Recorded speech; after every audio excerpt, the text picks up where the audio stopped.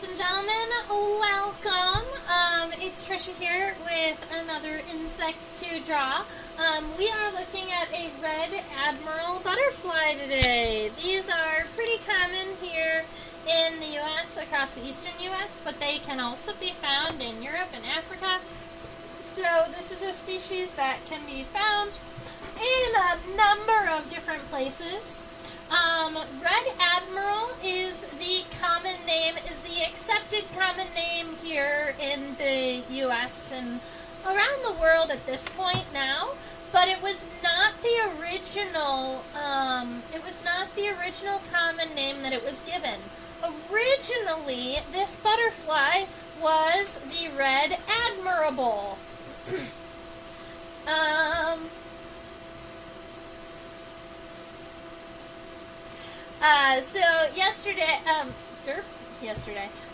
So in the old, I believe it was the 18th century, in 18th century Europe, the common name for this butterfly was the Red Admirable. But now it's just kind of shortened. We've lost that syllable. So that's going to be our common name here. I'm just going to go ahead and write it up here at the top real quick. Red Admiral. Now, the Red Admiral has the scientific name Vanessa atalanta. Alright, Vanessa is the genus for all of the lady butterflies. And what I mean by lady butterflies is these are not all female butterflies, but they are, the Red Admiral, for instance, is related to the painted lady, right? So if you think of the common names of the butterflies, a lot of butterflies that are closely related to the Red Admiral are going to have lady in its name. So that's why we call them the lady butterflies, even though some of them are boys. So that's what Vanessa is. And then Atalanta, I believe that one is not Latin, that one is Greek, yes. So, Atalanta is Greek, and Atalanta is actually she's a mythical person. I'm not sure if she was like a god or a goddess, but she was a mythical Greek person that was really well known for her speed, and that is the inspiration for the scientific name Atalanta. Welcome Susan and Nancy and Deb. So happy that you all made it right here in the beginning. Love that Susan found the poop umbrellas. That is fabulous. Those the poop umbrellas are made by the grubs of tortoise beetles. And they hold their poop over their head and they kind of shake it. They make themselves an umbrella so that nobody eats them, and that's kind of like the best. It's not only poop, but also old shed skins, too. Just all of the waste it holds above its head and shakes. It's fabulous. Vanessa atalanta. Okay. Ba-doop-ba-doop-ba-doop. And you made it home from your cicada adventure.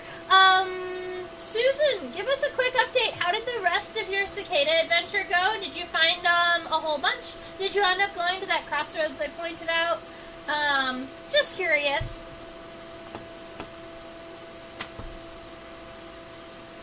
Oh, right, I realized that on this ruler I found there is centimeters on the back side. So we're going to actually be able to measure in centimeters this time. So from wingtip to wingtip, the wingspan of this specific Red Admiral is approximately 5.2 centimeters. Alright, so you've got a wingspan of 5.2 centimeters, and then I'm just going to go ahead and get a body length. So I'm going to go from the back of the abdomen to the front of the head. And the length of the Red red admiral is about 2.4 centimeters. So 2.4 centimeters long, and what did I say? 5.3 centimeters wide. Cool. So essentially, I believe what that's going to come out to is that each of the wings are as long as the body is wide, and then you have the extra... Nope, the wings are longer. Let me see.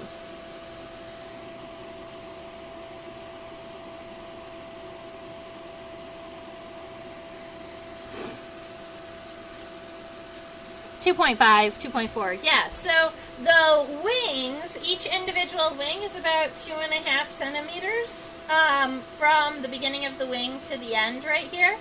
And so you've got 2.5, 0.3, and then 2.5, that gets you to 5.3. And our body length is 2.4, so they're pretty equivalent, especially when you're using the naked eye. A tenth of a centimeter can be a little bit tricky when you're working with depth. I've been watching a nature journaling mantid nymphs. Aww, so cute. Are you journaling their molting process too? Because that's really fun. I like watching them molt. Alright, our butterfly here. Let's see.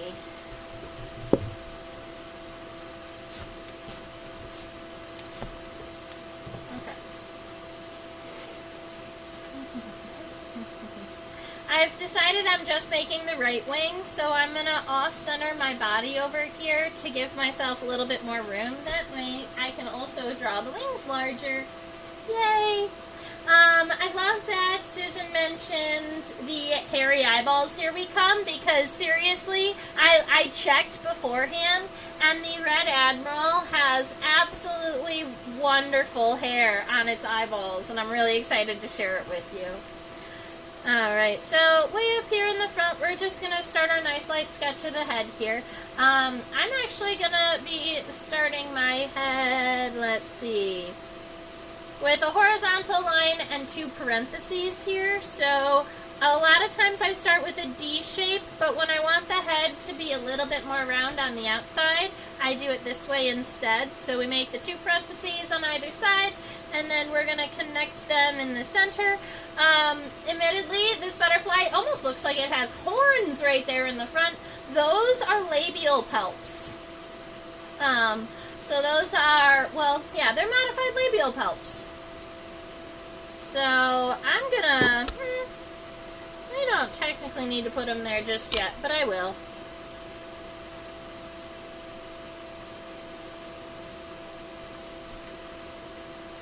Notice that the labial palps are really long. In fact, they're longer than the head. That is something, when I imagine labial palps, I don't imagine them being that long, but in these butterflies, they are fairly long.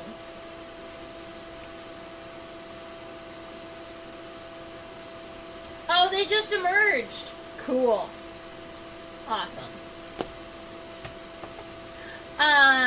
Watching mantids hatch from the Uthika is also really cool. Oh, I learned something fun recently. Oh, I shared this fact with Susan on the trail, but I don't think I've shared this with you yet.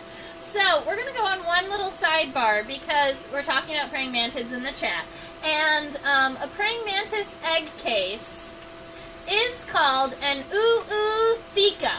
Alright, and you know me, I like to break down words into their Latin roots or Greek meanings because then it helps me remember them, and also sometimes they can be kind of funny. So, egg case, Uthika. The is egg, right? So that's where that comes from a lot of times when we're talking about eggs or egg shapes. We have all of those O's. Alright, now, thika is the fun one because I had never thought to break this down, but the word thika breaks down to box. So, So, the scientific name, Uthika, it sounds fancy, but what it really means is egg box, which is fabulous. If I call Atalanta was being forced to marry, so she said she'd marry whoever could beat her in a foot race, knowing she was faster than any man. That's fun! I hadn't read the entire story on Atalanta, Susan, so I appreciate that. I just read a little bit and knew that that's kind of why they named her, is because like she was very, very fast. But it said that she was that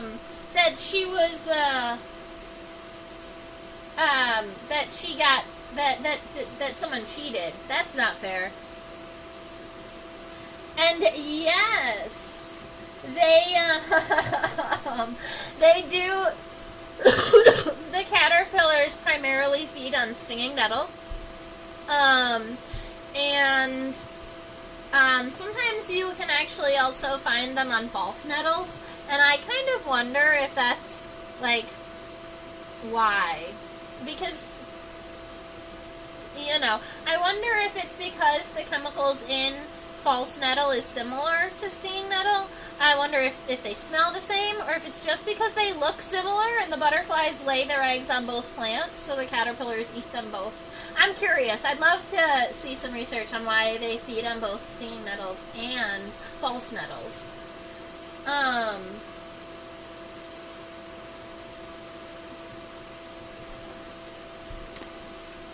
Alright, I'm just going to go ahead and write Red Admiral up here really quick.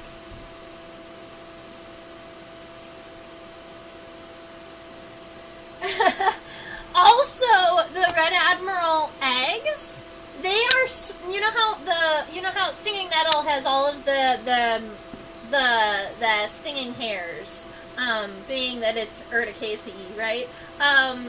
But the eggs of the Red Admiral butterfly are green and also are covered in spines. They blend into the leaves very, very well. Alright, so let's see. There we are. This is the thoracic region of the Red Admiral. It is pretty long for a lepthorax. Just notice that it's really narrow too. So butterflies are going to have this really narrow thorax and narrow abdomen, and they tend to be elongated. So here we are. We're going to go ahead and just add this little thoracic region. When we zoom in on the right about here, we will likely be changing some of these bits. But we're just going to go ahead and get this guy started. Make sure that the thorax does not get wider than the widest point on your head, because your thorax is supposed to be narrower.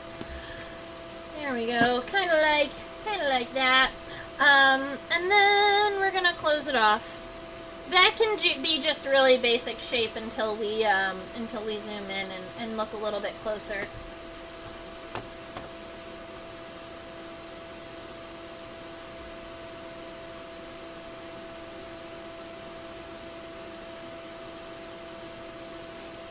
Ooh, fun. I'm going to leave out banana skin to catch fruit flies. Aww! That's gonna be so cute, though, to collect all those little fruit flies to feed your baby mantids. Are they Chinese mantids? What species are they?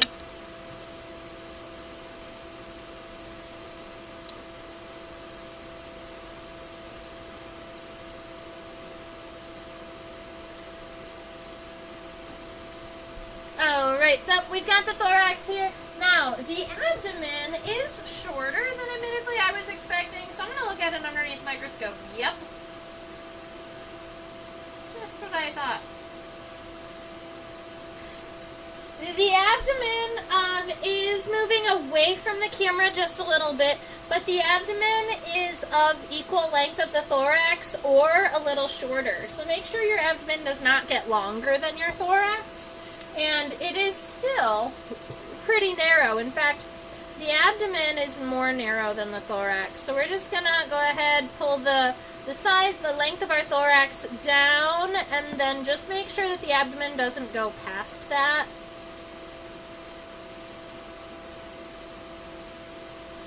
That is small.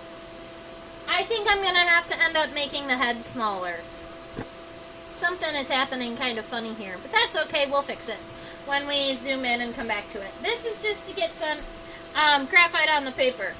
Alright, so I want to get some of my approximate wing sizes down. I'm not going to be doing all of the very specific jagged edging here until we draw the wing venation onto our butterfly. So I'm just going to imagine the tip of this wing here going down to the corner down here, and I'm going to average it out and make this a straight line. And then when we zoom in and we're looking at all of that scalloped detail, we'll be able to work above or below that line. That's the way I like to do it. So connecting the top of our wing right up here to the top of that thorax, and then it's moving up and away, up and away. And the length of the measurements are going to be in the way, so I'm going to move them really quick. Oh, and this specimen was collected in southern Illinois last week.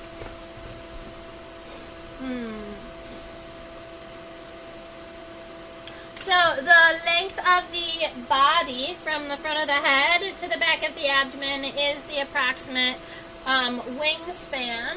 So we are right about there. And then the top of our wing, I'm just going to round it out and bring it down. Keep in mind I'm not doing those scalloping. I'm just giving myself that nice straight line. Now, a butterfly that is well preserved, the hind wings make a straight line across the across here. I think we did a pretty good job. I did a pretty good job. So, right about here, halfway down that thorax, I'm going to draw a straight line out, and that is where the front wing meets the bottom of it. Yep, that's where that meets. Now, right now, the hind wing, we're going to be connecting the hind wing right about here. So not the complete bottom of the thorax. We're moving up just a little bit on it. And then the hind wing actually arches towards the body. Let's see. Kind of like this. And it goes longer than the length of the abdomen, right? So that abdomen is not very long at all. I would even almost say double the length of the abdomen is the length of this line here. So if you took this line and went ba-doop, ba-doop, that's actually right about right. Okay.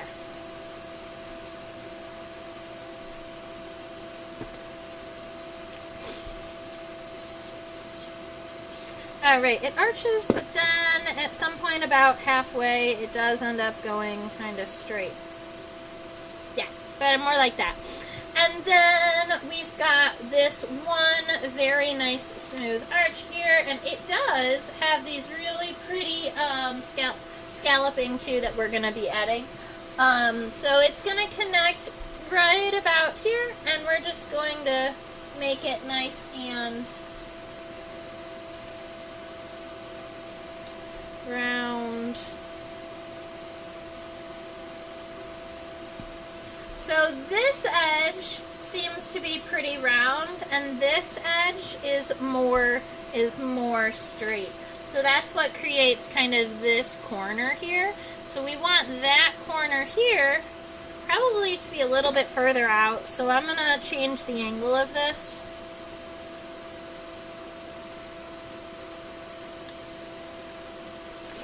So we want this corner here. Oops, don't touch the wing, Trisha.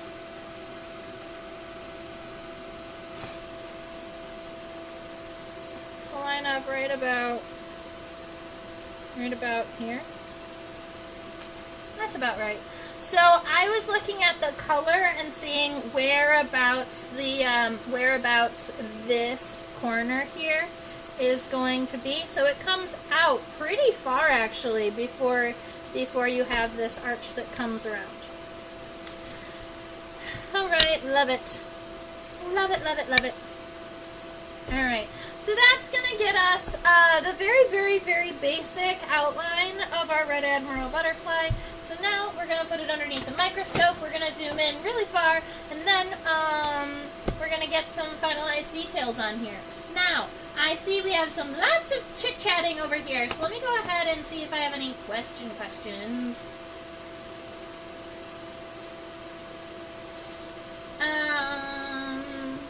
I've seen some Mantis-Uthecas and considered keeping them in the fridge. Yeah. Ooh, we don't usually see that inner cell of the wing in life. Isn't it usually folded down against the abdomen? Oh, yeah, on the hind wing. You're talking about this, this region right here in the hind wing that's kind of curled down. When the red admiral has its wings closed, this portion here and this portion here does wrap around, kind of like wrap around the abdomen and protect it. Also, the red admiral will sit with its abdomen kind of up a little bit to make it easier to kind of protect its abdomen and tuck it up into its wings. Keep in mind the abdomen is where all of the yummy gooey parts are, so that's the abdomen is what birds like to eat. Yeah. Yep. I always make butterfly heads too big. Yep, that's what happened to me. I think we're going to be shrinking it pretty soon. Do the males and females have the same wing patterns? Ooh, that's a really good question. I do believe the red admiral females and males have the same wing patterns, but I'm not going to guarantee that to you because I'm not exactly sure. I would have to look that up. By the way, if possible, we should look at the underside of the wings. Yes. All right, so we will flip over this butterfly and look at the underside for sure. You know what? Let's just do it now. We're kind of right in the middle of our sketch, but what's cool about the middle of our sketch is that we can do it up. All right. Let's see if... Huh.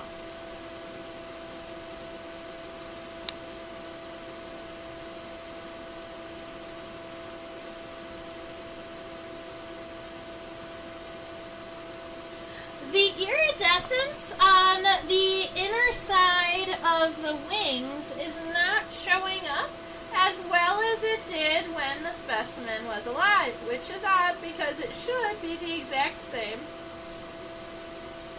Because that iridescence is structural.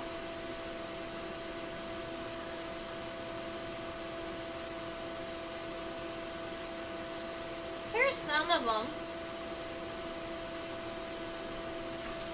So, that's odd. But that's some of them.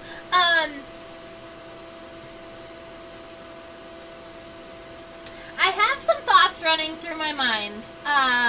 We'll just go ahead and share them.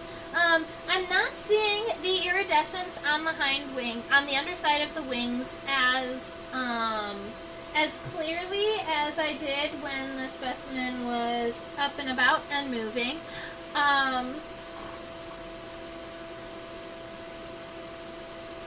And it reminds me of, you're going to laugh at me, but it reminds me of jumping spiders. So, the male jumping spiders, especially like the peacock spiders that are really bright and colorful, some of those individuals have the ability to change their colors on command because they're structural colors. They're colors like crystalline. So what they'll do is they'll take their hairs that have all of those crystalline structures on them and they will rotate their hairs just slightly, you know, ba-doop, ba-doop, ba-doop.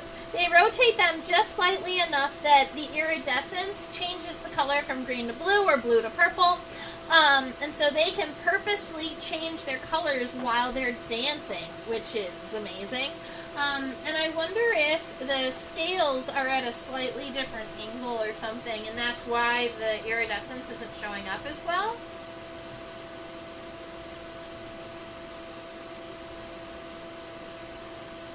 Or if the sunlight has something to do with it.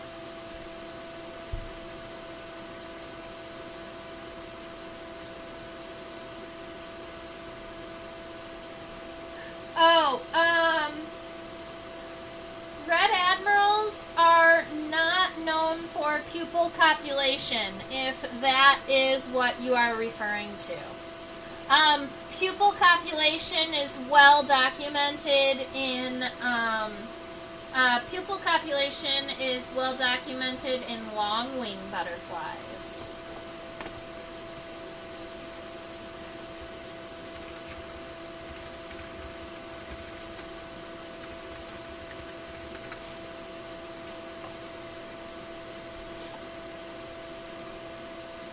Red admirals wait for the females to be flying, at least. So that's good. Alright, let's look at the head! Because I know that's what we are all excited about. Man, we are chit-chatting so much, I want to make sure I catch up. Actually, I recently saw a whole bunch of red admirals all fluttering together in the woods. So sometimes they will create these like little like mating, they'll like have these little mating flights. And sometimes it's one female and 2 or 3 males that are all kind of fighting over the one female. And sometimes it'll be a cluster of them, just like 2 or 3 females and then, or like 2 females and 3 males. Normally there's more boys than girls in those mating flights that you'll see. But when you're talking 5 or 6, I would assume that it was more than one female, because I've never seen 4 males going after one lady. I have seen 2 going after one lady. And I've seen males try to mate with other males, which is odd.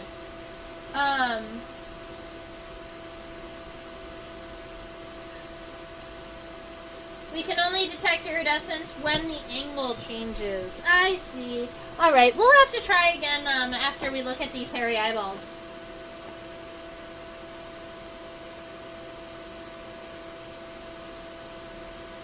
I was wondering if they fight each other vigorously, but that's right, the pupil copulation is another disturbing butterfly behavior. Yep, true. And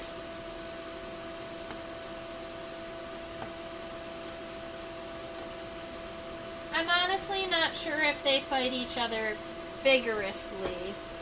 I'm not sure.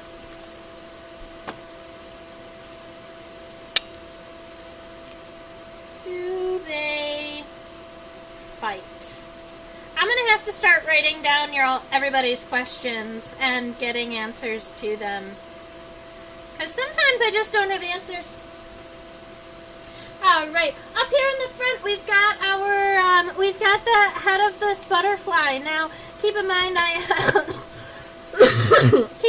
am going to be shrinking this butterfly's head just a little bit.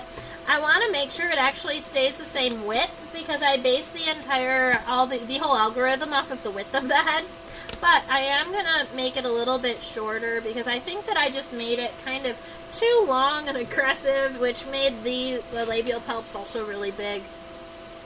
So I'm just going to take it and not make the head like smaller altogether, but just shrinking it down a little bit. Now, the compound eyes here are very, very round. I'm going to go ahead and give bloop, bloop, bloop, bloop, bloop, bloop. Yep, about thirds. And you know me, I like to do the inside of the eye first, and then go a little bit outside of the planned line for the head, because I feel like when I do that, my insects tend to look kind of buggier-eyed. Yeah! Okay. Although, I want this one. Okay. Alright, so we've got the 2 fairly large compound eyes. way up here in the front, I'm not actually going to use this line to connect along the bottom of the head. There is actually some head behind the eyes here, so I'm just gonna come down. She looks a little bit like a robot now. That's fine. I'm gonna shrink these eyes. I think I made them a little bit big.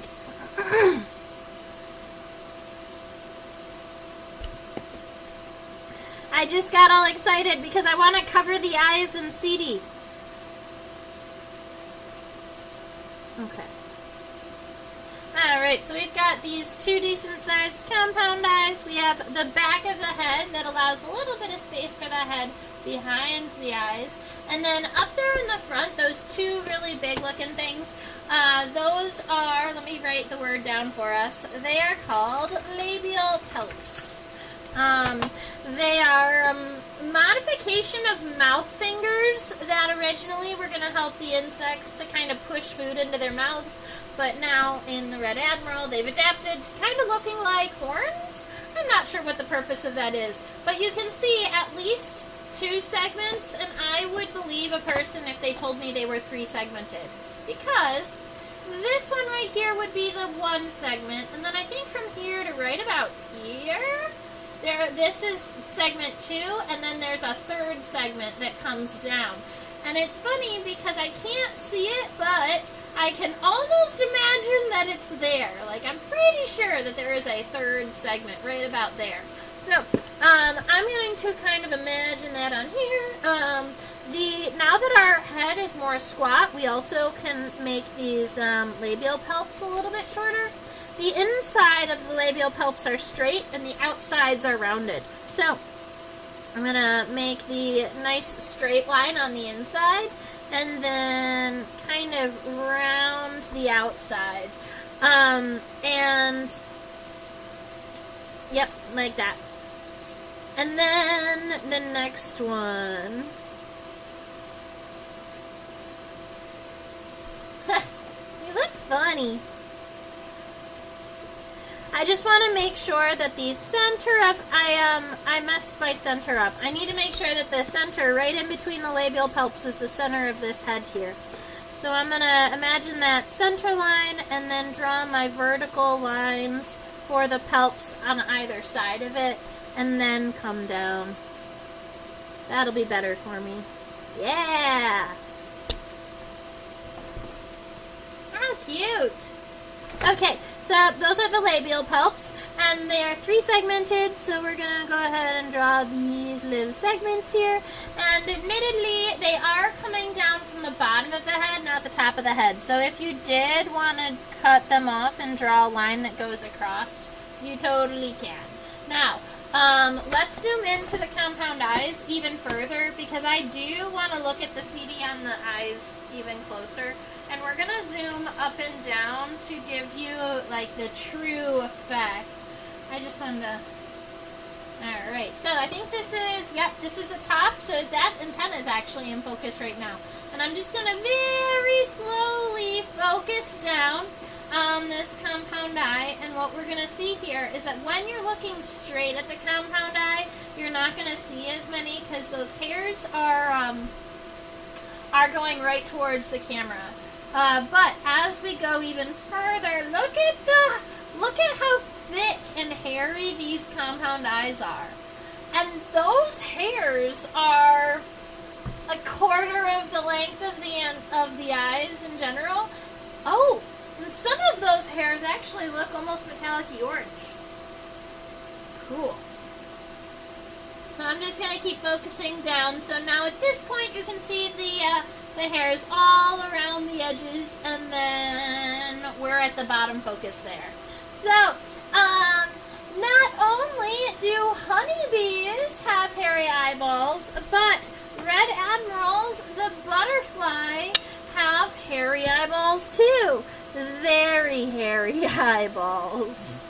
So, I'm just going to spend a little bit of time, and instead of cross-hatching within my compound eyes here, I'm going to add a whole bunch of hair.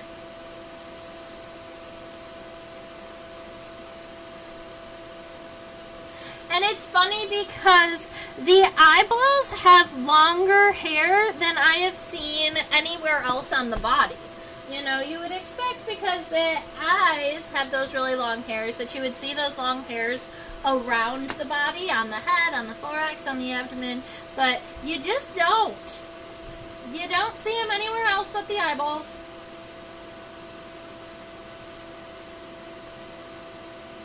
I wonder if we'd be able to count the segments from underneath.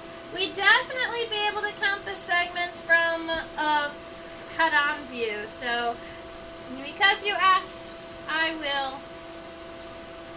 Oop, nope, we need to go side. Ooh, that's trickier. Side views of butterflies are trickier because I have to stand the styrofoam up, but we might be able to do it.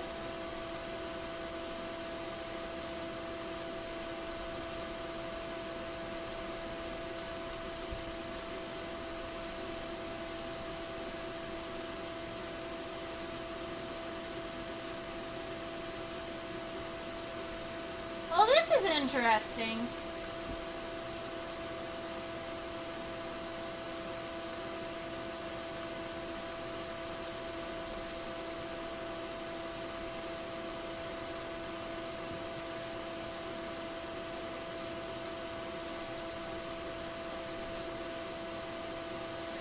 From the side and from the bottom, there is so much hair on the labial palps that it is hard to count segments. In fact, it almost looks like they're not segmented from the side.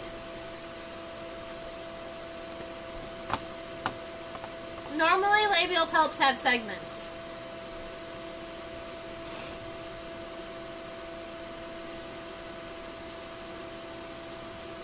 What is the benefit of hairy eyeballs? Well, in the honeybee world, the benefit is pollinating better. In the world for red admiral butterflies, I'm not sure what their purpose, like why they specifically have hairy eyeballs. There's a part of me that wonders if, sorry, my brain is tired. Oh, there's a part of me that wonders if the light, if it's the way that the light refracts, like, to the eyes, like the way that the light bounces around in the hair.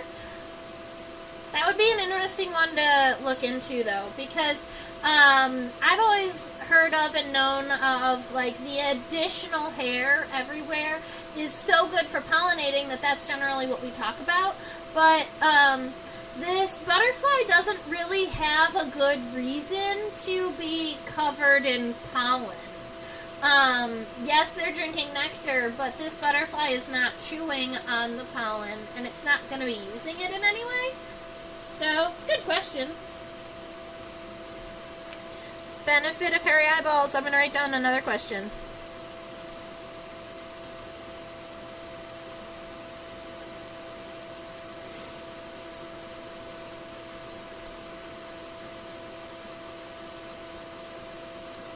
Question marks also have hairy eyes. I bet you the, I don't think the entire family does, but I bet you the entire genus of Vanessa has hairy eyeballs. I bet you the painted ladies do too. Oh, right. So the antennae go about to this point, so about halfway up the wings here. They start right here in the center. They are what we would consider knobbed antennae. And you're going to laugh at me, knobbed antennae are not clubbed antennae. They're two different types of antenna. So knobbed antenna can be found on butterflies. The knob at the end is gradual. Alright, the knob at the end is gradual, and generally we don't count how many segments are in a knob. But a clubbed antenna would be the antenna of some species of beetles. And those species of beetles that have clubbed antenna, we regularly talk about how many segments are in the club, and it is a very defined part, right? So this kind of gradually grows into the knob, and clubbed antenna are going to look kind of more like this, where you've got a definite club at the end and there are 3 parts to it. All right.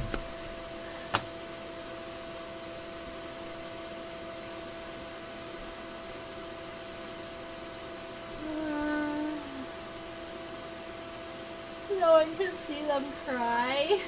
That's so sad.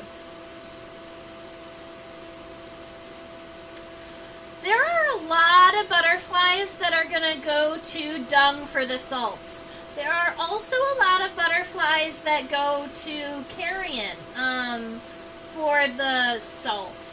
There are a lot of butterflies in the tropics that will go and drink people's pee right after if they peed in the forest. And specifically, if you pee in a jar and wait a week or 2 and then pour it on the forest floor, they will, it'll attract more butterflies because then it has kind of steeped a little bit. The little T-Rex legs. Oh, we forgot to talk about that. The Red Admiral has the little T-Rex legs. The monarch butterflies have the little T-Rex legs. Question marks do. We're calling them little T-Rex legs, but they are brush. It's a characteristic of the entire family. So we call them the Nymphalidae, and the common name is the brush-footed butterflies. And they gain that common name because their front legs are so short that they don't even put them on the ground. They just hold them like this, really close and tight to their body, and it's their middle and their hind legs that they use to land. And sometimes if you look at a brush-footed butterfly, they could almost convince you that they have 4 legs because their little brush foots, the little short ones up here in the top, are really small and tend to be hidden in the hair. Okay. Question. Lots of butterflies have dark knobs with a little white part at the very end. Is there a known reason for that?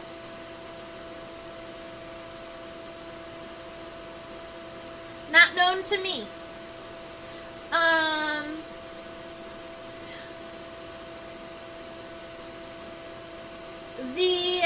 The blues, the lysinids, the defining characteristic for them is that they have striped antenna. So if you look at their antenna all the way down, they have white stripes all the way down their antenna, and they'll have a circlet of white hairs around their compound eyes.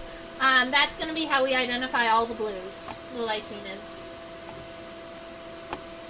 Okay, here we are. Let's go ahead and draw the thoracic region. I zoomed out again. I don't know why I did that.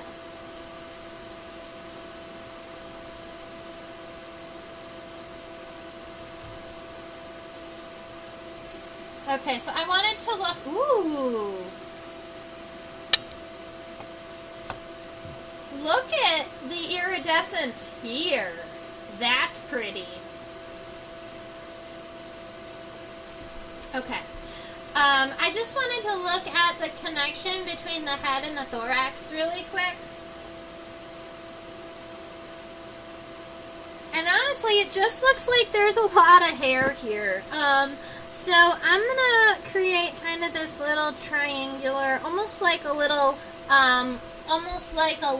neck region for our head, and then I'm going to draw the thorax here. Probably going to add enough hair on here to cover that up, but I just want to make sure that we give the head just a little bit of space, not too much. And then we can move this. The thorax stays nice and smooth edged right about here. and here. Pretty. Okay, and then the back side of the thorax pretty much does kind of go across straight, so there we are. That's how I'm going to close down my thorax. Let's see. Alright, I like the right side better.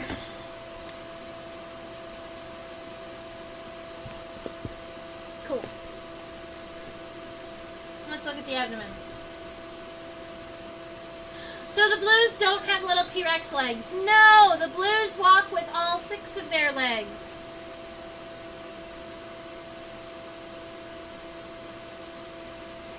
But the knobs are still black with a white tip. I'm not sure what I'm not sure what the purpose of the white tip is. I just taught a class on peacock jumping spiders, and so admittedly that's who I keep thinking of. In the male peacock jumping spiders, the 3rd pair of legs has a black and then a little white tuft at the end of it. Very similar to these antenna type, but they're to wave around and to impress the females. Because that black and white is easy for the females to view. And I wonder, because these butterflies are going to have a very similar ability to see color, maybe not to see distance and depth perception as well as a jumping spider, but they definitely have the eyesight where they can see all of the colors and the ultraviolet. There's a part of me that wants to relate those two animals.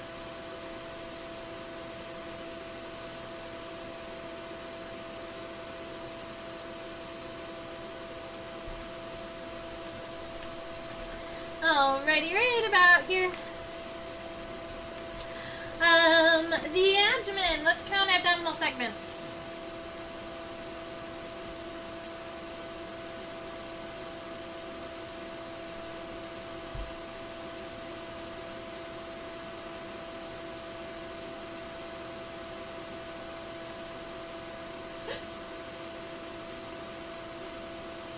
Don't hurt the specimen, Trisha.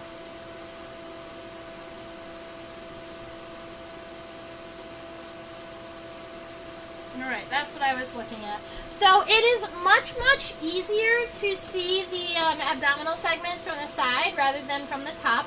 So this is our view from the top. It's not great.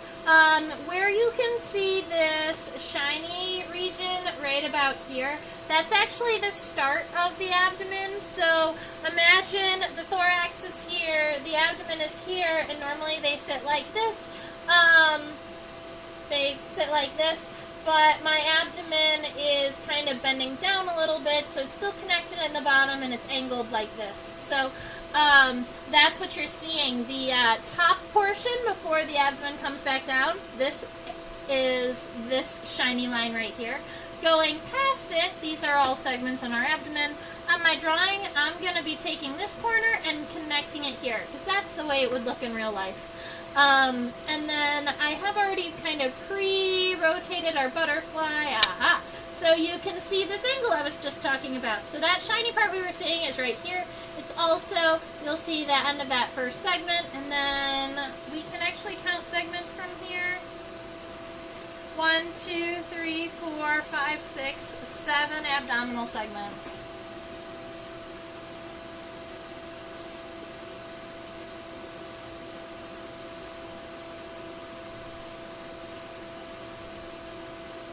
That all tend to be even with each other. There's no major separation between any of them. And those white spots that you're seeing on the back, those are not actually white spots. They are just glares from the lighting. So I'm just going to take this abdomen, I'm actually going to keep the shape of my abdomen. I'm pretty happy with it. And the length, because the length is going to give us the, is also what the wings were based off of. So we're leaving that. And then we said, did we say 6?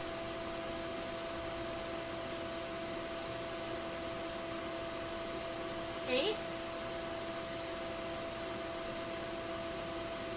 7.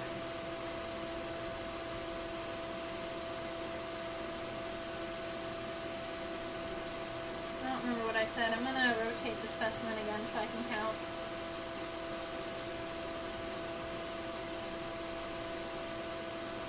1, 2, 3, 4, 5, 6, 7. Oh, cool, look at this.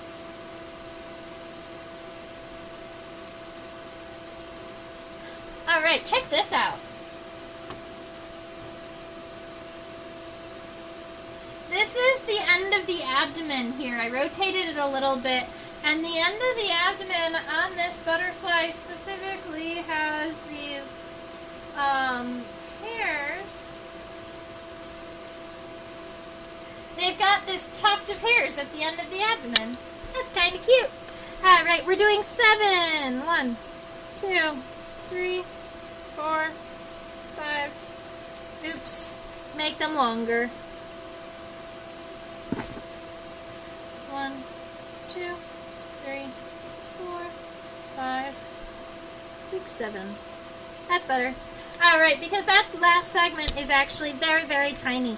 So after I get the segments kind of sketched out, I'm just going to go over them. And I'm going to build them individually going down just to give it a little bit of structure. Alright, and that's going to be the body of our butterfly. And so let's go ahead and look at some wings. I'm tired, ladies and gentlemen.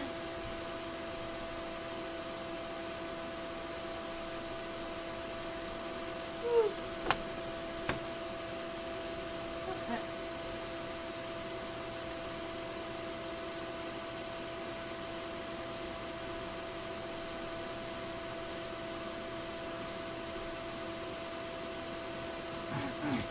But with bright turquoise pedipalps, that's super cute.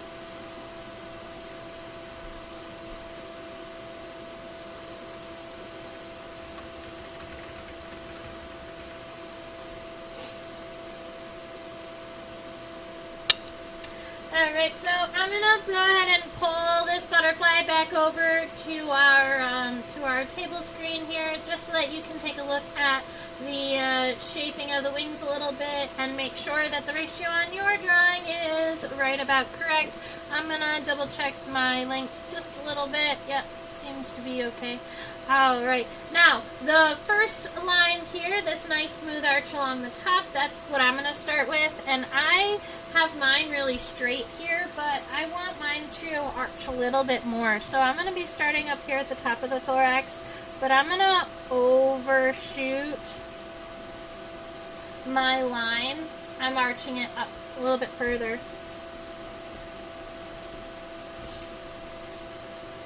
Much better.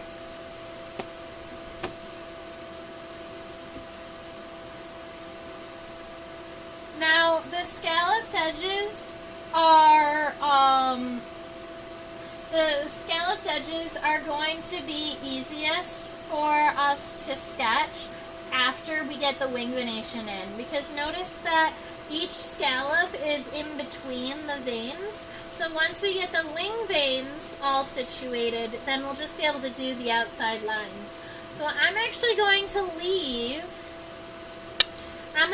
this line nice and light, and I'm just going to get our front wing.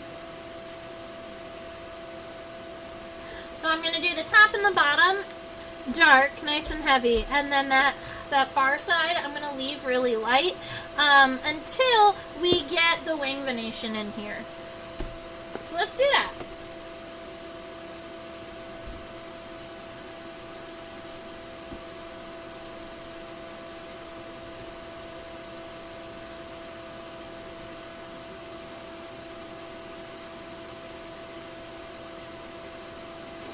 Alright, you have a costa. This costa, it runs along the top edge of the wing, and it goes for a long, long ways. It goes all the way to the end. So, the costa is the strongest and widest vein in the wing, and it runs along the front of the wing. So, your front edge of the wing is allowed to be just a little bit of a darker line than all of the other lines, because not only is that an edge, but it is also a wing vein. Okay, now, the cell here that all of the veins are going to come off of, as you know from other butterfly sketches. Let's see. It's going to start down from here, and our cell is going to end up right about here in the middle of the wing. That's about as far as it goes. So we're going to start here and go up kind of towards that costa right about halfway. And then we're going to do the same thing on the bottom of the cell. So we're going to start one more line just underneath this one. And it's going to come up kind of like, yeah, not like that. More like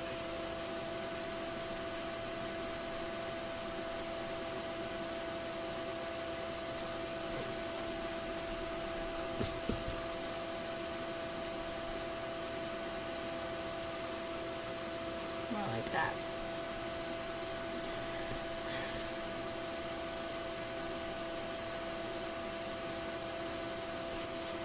Okay. Alright, so we've got the top and the bottom of this cell situated. What I want to do is kind of focus on the top of this cell really quick, because it is very, very tricky to see where these connect. My screen just rotated on me. I'm going to straighten it out for us.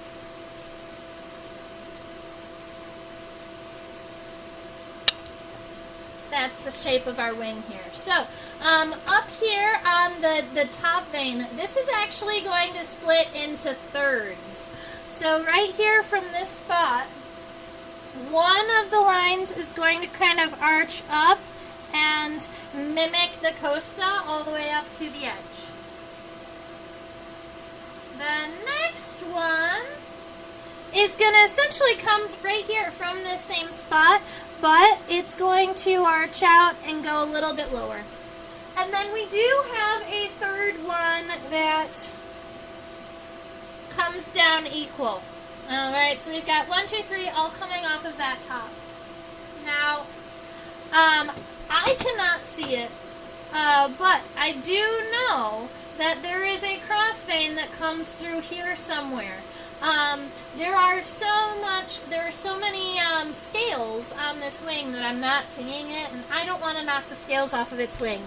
So I'm not, but that should be right about here.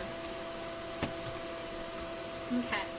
Now, where this line kind of touches the bottom, this is where our next vein is going to be coming out, and it's going to be sub-equal in distance to all of these, but notice it starts lower. So this one angles up first, gets to be about equivalent, and then goes out to the edge. That is this vein right here. Bloop.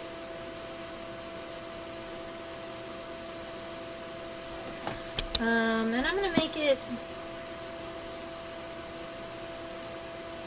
more like that. Okay. Alright, we are coming back a little bit to right about here. This is where our next vein is going to be coming off. And this bottom ear region I made very smooth, but there's very much straight veins in between these connections. So as I'm going through, I'm actually going to straighten it out a little bit. This next vein starts here at this cell and then does go all the way out to the edge.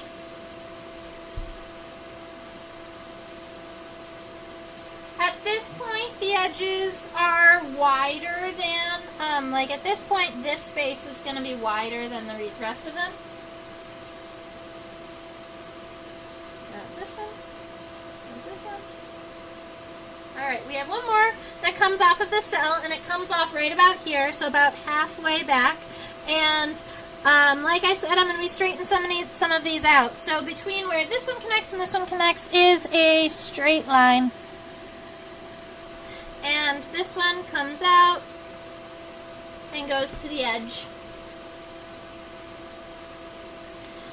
Now the anal vein is going to be the last vein in the front wing, and if I scooch the microscope here, the anal vein generally comes out from the base all by itself, goes out, ba-doop, ba-doop, ba-doop. It's a vein, it's lonesome, and it goes all the way out to the very edge, right here, the very edge of the wing, all by itself.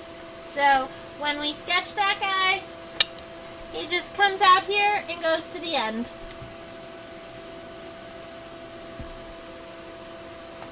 And that is the wing venation for our Red Admiral. And now that we've got that venation, we can look at the scalloped edge, which is a really cool part.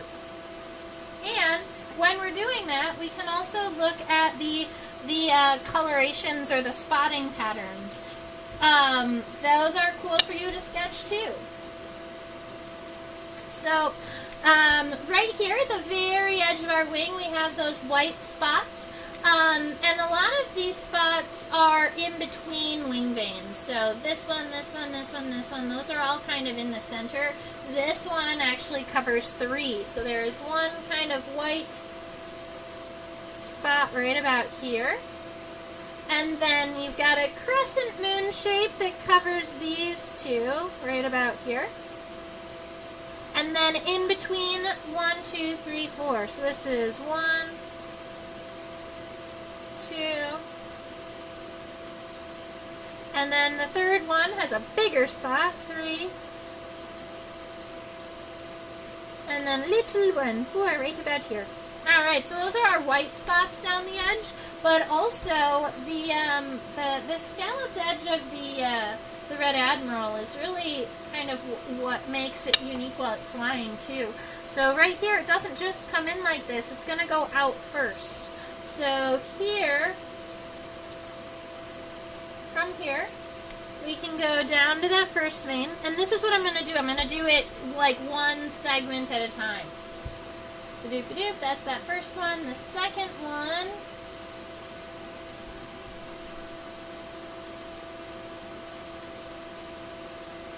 look at that! I didn't expect that!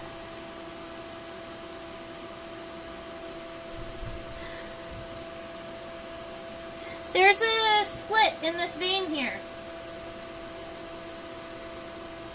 That's cool.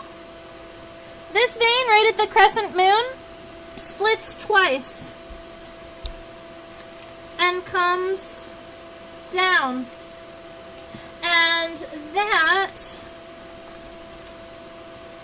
is why there's an odd, I was noticing an odd scallop and I was wondering what was happening. Oh, right. So here there is going to be a U shape in between those, and it's going out towards an edge. And this next one, right here, this vein is going to be even further, and there's another U shape, a scallop that's going to make that one go out. And at this point now we're coming back in towards our main line here. So we've got one that's going to be right about there, likely. And then, so this line here is not too scalloped. It's not very concave because it's coming down from that hill. But the remainder of these are all going to be concave lines. So we're going to make a little concave line up to the vein, and then we're just going to go down. And I'll go ahead and show you that here.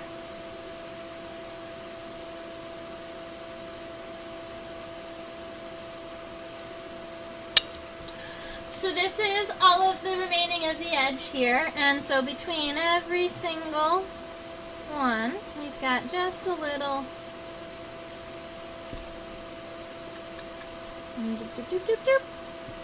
there we go. There are scales are just modified hair.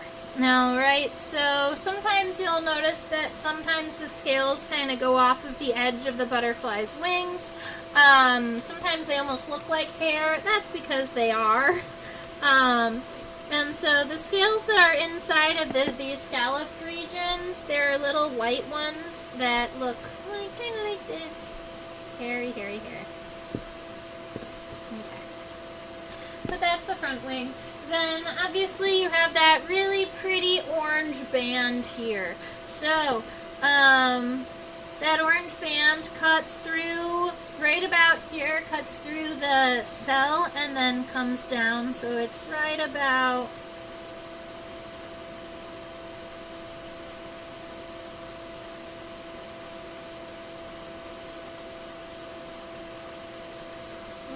there. Which means this white spot is going to be just a little bit over in this direction. Yeah. So that is where that kind of really pretty orange band is. All right, let's do the hind wings.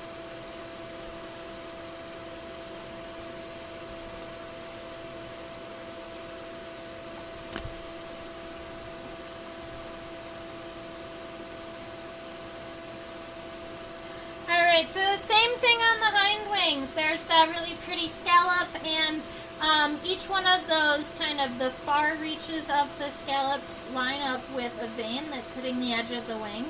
And then those little regions there that are created by the anal cell are going to protect the abdomen, like we mentioned earlier.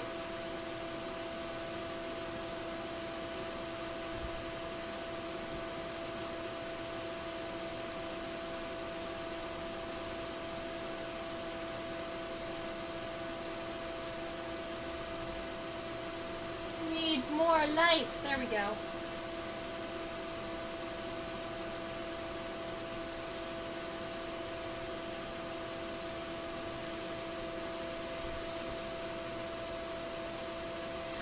Alright, you're going to have to follow me pretty closely because it's going to be tricky to show off the veins on this hind wing, I think. It looks like it's a little trickier than the front wing.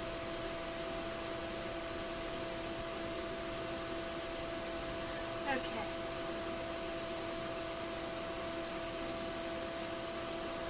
So the hind wing, it's tucked underneath the front wing, so we don't have to worry about any lines here. We are not going to finalize this line here until we get the veins coming out to it.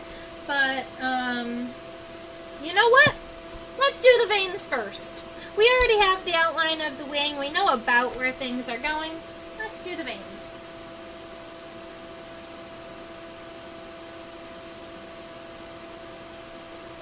Alright, so right about...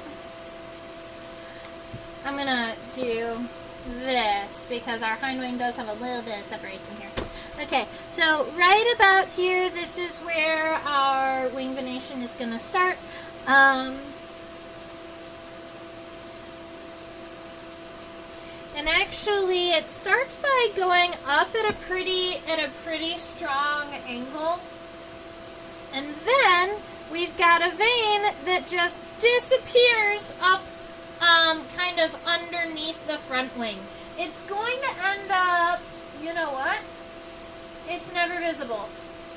Alright, so this vein, it kind of goes up and disappears under here. It probably ends right here at the very, very tip of the hind wing. We just can't see it.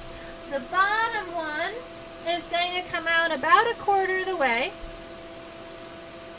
And this is where the first split happens. So we've got one vein that's going to come out towards the edge here. And then this one comes kind of at a little diagonal down before it's going to split again. We've got another one that kind of comes down. The space in between the veins here is a lot larger than... not that much larger. It is wider than the front wings, but I am gonna... It's kind of about the same distance as this, but a lot further than these guys. Alright, so right about like that. We've got the first break. We've got this one right here, coming down. Got that one.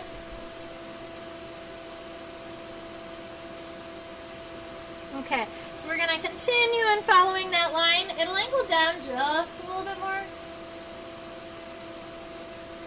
We've got this one that comes off.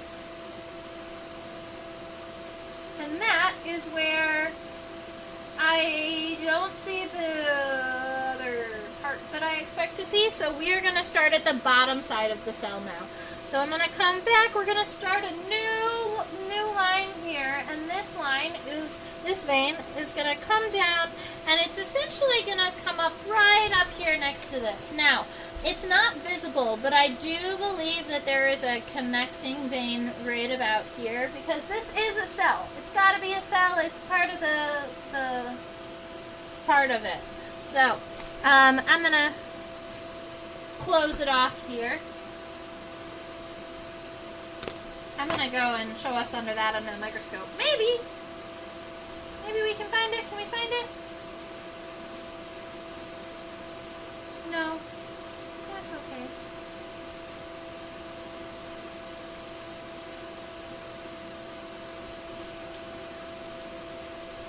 So I was looking right about, oops, that's not the pointing fly, Terry. I was looking right about here for a cross vein that I am not seeing. That's okay.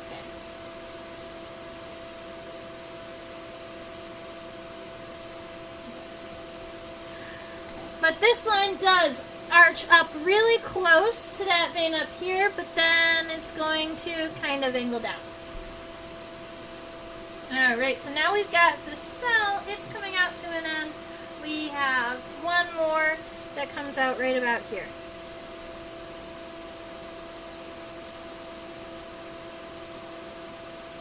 And about halfway back, that goes to the very end of this point here.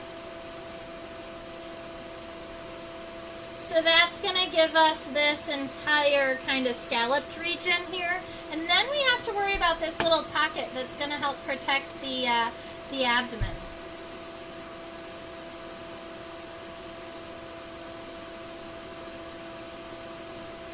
Because now we have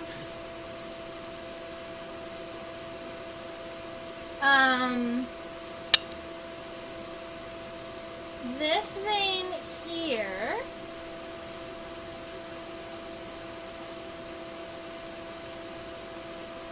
and it's this vein that comes down and goes to the very end. Alright, but now we have, I'm trying to figure out, I don't see another one. So there is an anal vein, and this is what we would consider an anal lobe, I believe.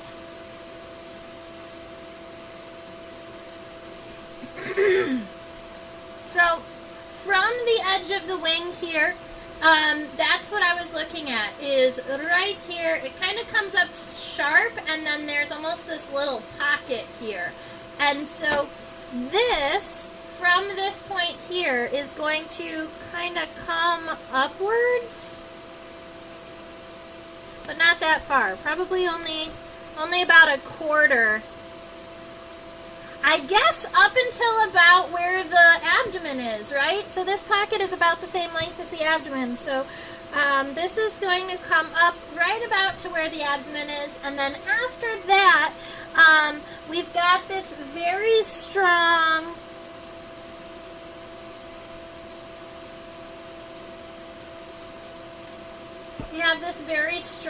lobe here.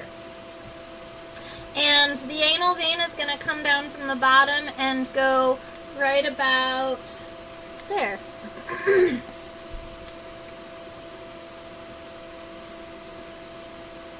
Alright, so we've got that situated. Let's go do the edge of the hind wing.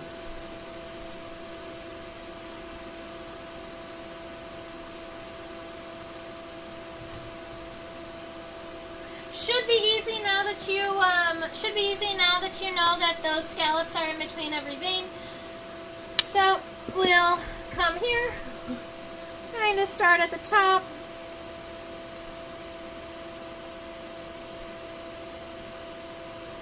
And just make concave arches in between every one. And then after you get that kind of situated, I would almost say round them out. You don't want these to be, like, this is really sharp. You don't want them to be sharp. So just make sure that these edges here, I'm actually going to erase those tips.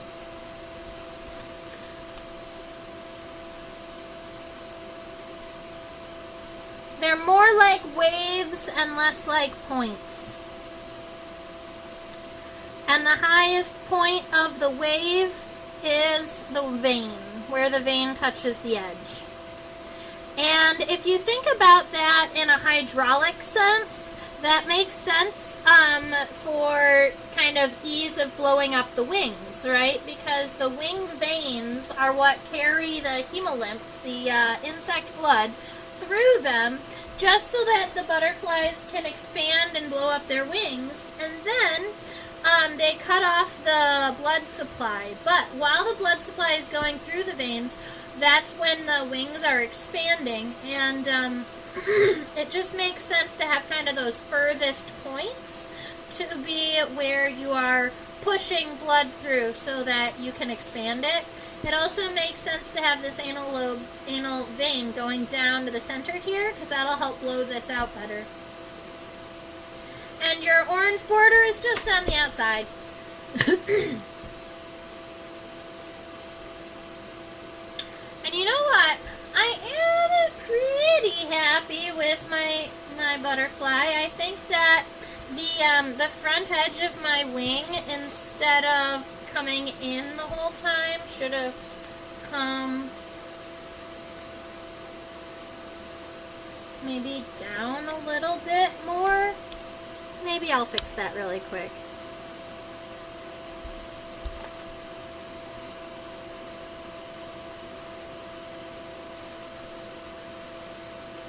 That's gonna be better.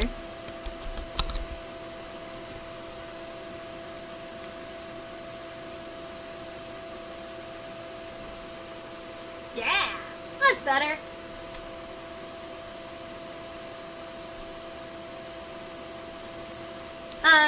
And then because I pulled this out, the hind wing would actually come out a little bit further too, but I'm actually okay with that. So, all right, so that is my little red admiral for today.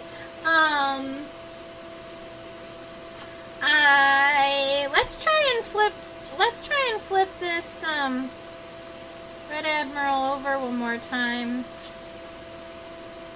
See, it is very shiny,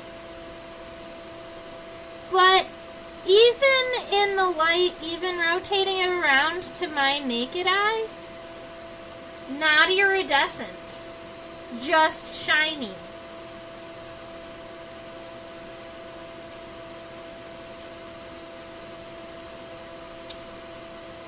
So sometimes the oils in a butterfly or a moth's abdomen will soak into the wings and change the color of the wings. I wonder if it's possible if the oil from the body got in the wings and filled in the structures that make them metallic.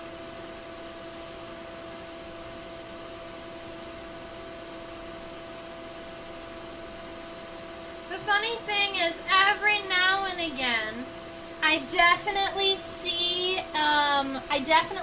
a scale that is metallic. So this is the hind wing. I was zooming in on it again, but like right here, for instance, let's see. Everything looks kind of black and drab, except for, oh, and you can't see it in this. There's like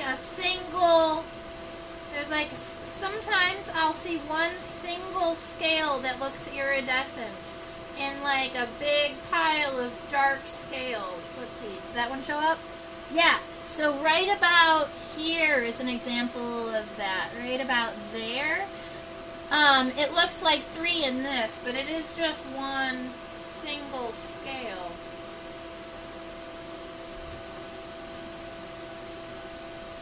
Cool.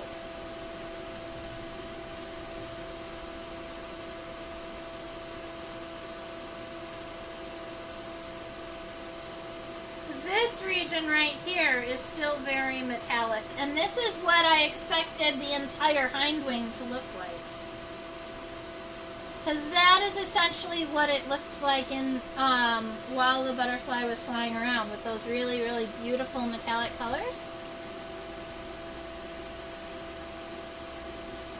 Focus, focus, focus! Here we go, here we go. Look how pretty.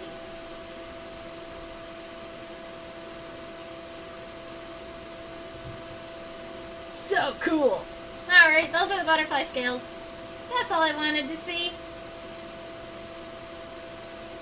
My butterflies are a work in progress. I definitely think that my wings are decent. I really do like them.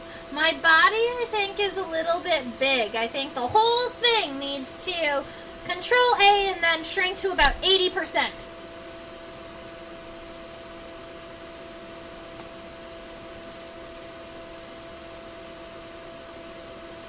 It is much shinier than it was in life, isn't it? It is! It's much shinier. Like it is covered in like an oil coating. And that's why I was wondering if maybe that was the body oils. You see greenish scales on your computer screen. I've zoomed into the blue ones, but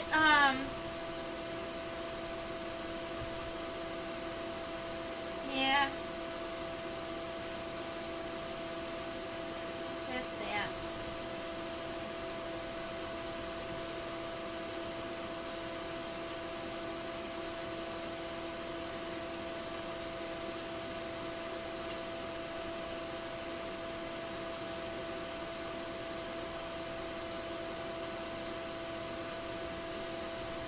Okay, so I think I'm all good. If no one has any other kind of final questions or comments.